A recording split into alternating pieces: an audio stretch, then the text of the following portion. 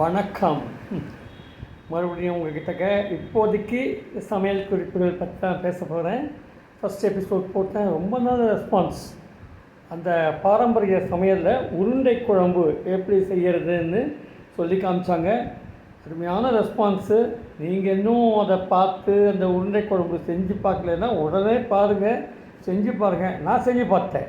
ஏன்னா நான் 74 வயசுக்கு அப்புறம் தான் நான் சமையலே கற்றுக்கிட்டேன். அதில் ரொம்ப நல்லா இன்ட்ரெஸ்டிங்கான ரொம்ப டேஸ்டி ஐட்டம்ஸ். அந்த பாரம்பரிய சமையலில் முதல் ஐட்டம் அது. அவங்க ஒரு வார்த்தை சொல்கிறாங்க, சமையலை வெளிலேருந்து பார்க்கும்போது ரொம்ப கஷ்டமான விஷயம், செய்ய முடியுமா அப்படின்னு எல்லாருக்கும் சந்தேகம் வரும். ஆனால் செஞ்சு பார்த்ததுக்கப்புறம் தான் அது அவ்வளோ கஷ்டம் இல்லை, அதை தவிர மனசுக்கு ரொம்பவே திருப்தி அளிக்கக்கூடிய ஒரு விஷயம் அப்படின்னு சொல்லியிருக்காங்க. ஏன்னா நம்மளே சமையல் பண்ணி நம்ம சாப்பிடும்போது நம்ம கைமணம் நமக்கே தெரிய வரும். எனியோ, இப்போது இது முடிஞ்சால் அடுத்த எபிசோடுக்கு வெயிட் பண்ணுங்கள். இன்னும் ஒரு நாளில் உங்களுக்கு செகண்ட் எபிசோட் வரப்போகுது. என்ன வரப்போகுது செகண்ட் எபிசோடில்?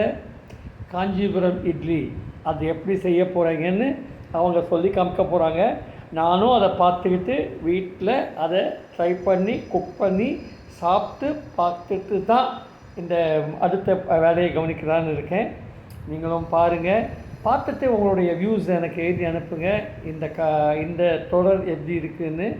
வழக்கம் போல் நான் சொல்கிறது தான், அடுத்தடுத்து சில நாடகங்கள்லாம் வந்துட்டுருக்கு. அது மாட்டுக்காது, இது மாட்டுக்குது. நம்ம சேனலில் நல்ல விஷயங்களாக செய்வோம், வல்காரிட்டி இல்லாமல், பொலிட்டிக்ஸு பற்றி பேசாமல், வேறு சும்மா கண்ணா பண்ணாலும் ஜோக் அடிக்காமல், எப்போ பாரு ஒய்ஃபுங்களையே கிண்டல் அடித்து பண்ணாமல் நம்ம ஒரு வித்தியாசமாக ஏதாவது செய்யணுங்கிறது தான் இந்த சேனலுடைய நோக்கம்.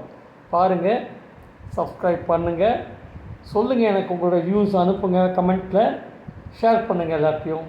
நன்றி, வணக்கம்.